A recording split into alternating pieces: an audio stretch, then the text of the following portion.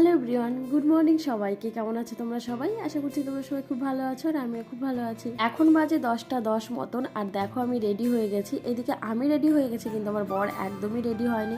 ওই আর কি আমাকে বললো যে রেডি হও তাড়াতাড়ি লেট হয়ে যাবে। এখন আমি রেডি হয়ে গেছি, ওই আর কি রেডি হয়নি, যার জন্য আর কি ভিডিওটা করা। না হলে তো আমার কোনোবারই আর কি রুম থেকে ভিডিওটা করা হয় না।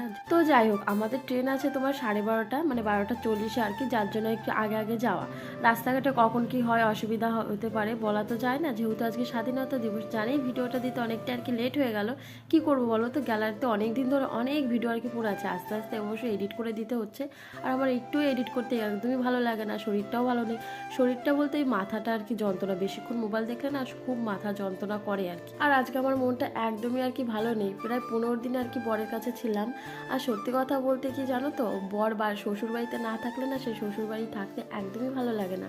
সে শ্বশুর শাশুড়ি যতই ভালো